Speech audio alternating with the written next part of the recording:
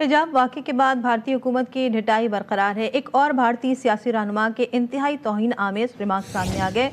योगी हुकूमत का वजीर संजय निषाद हिजाब उतारने के मामले पर मजाक उड़ाता रहा, कह लगाता रहा, कहा हिजाब को छूने पर इतना शोर क्यों हो रहा है। खवातीन के हुकूक की तंजीमों ने बयान को हरासानी और जहनी तशद्दुद करार दे दिया। भारतीय अपोजिशन ने नीतीश कुमार के खिलाफ मुकदमा दर्ज करने का मुतालबा कर दिया। दूसरी जानिब मुतासर डॉक्टर ने इस अस्पताल में ही काम करने से इनकार कर दिया जहां उसे काम करने की ऑफर दी गई थी। उसका कहना है कि वो इतना डर गई है कि अब वहां काम नहीं कर सकती। हिजाब वाक़े के बाद भारतीय हुकूमत की ढिठाई बरकरार है। एक और भारतीय सियासी रहनुमा के इंतहाई तौहीन आमेज रिमार्क सामने आ गए। योगी हुकूमत का वजीर संजय निषाद हिजाब उतारने के मामले पर मजाक उड़ाता रहा, कह लगाता रहा, कहा हिजाब को छूने पर इतना शोर क्यों हो रहा है।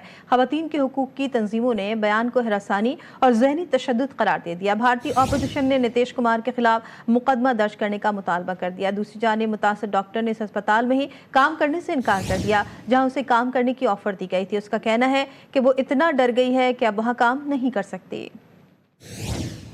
हिजाब वाक़े के बाद भारतीय हुकूमत की ढिठाई बरकरार है। एक और भारतीय सियासी रहनुमा के इंतहाई तौहीन आमेज रिमार्क सामने आ गए।